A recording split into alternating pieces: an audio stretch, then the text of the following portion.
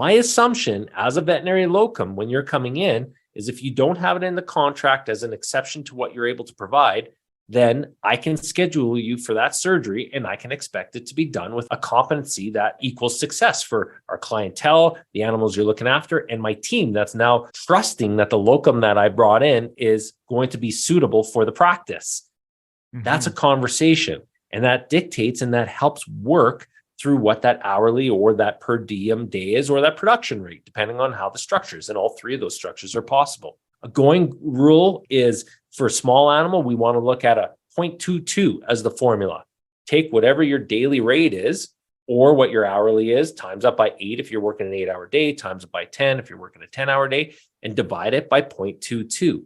That's the production or the gross revenue that I'm going to want to see if we're working in the normal standards of a long-term locum relationship or even a couple days in order to make it worthwhile.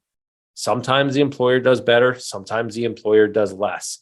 Right now in this market, there's oftentimes that 0.22 is actually being elevated to 0.23 or 0.24 in the small animal world. In mixed large animal world, that number actually can live anywhere in between 0.19 to 0.21. So as an example, if you are saying, I want to get paid $75 an hour, I'm using this as baseline, not real, or $600 a day, take 600, divide it by 0.22, and you're going to come up with about $2,770. That's the amount of gross revenue I'm going to expect as an employer you can bring into the practice. If you are a brand new grad, don't become a locum right away.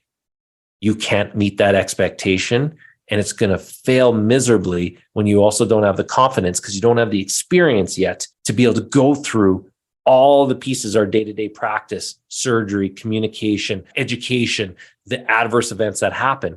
That's my expectation as an employer is when you come in, you can do all of that. And if you can't, I need to know it.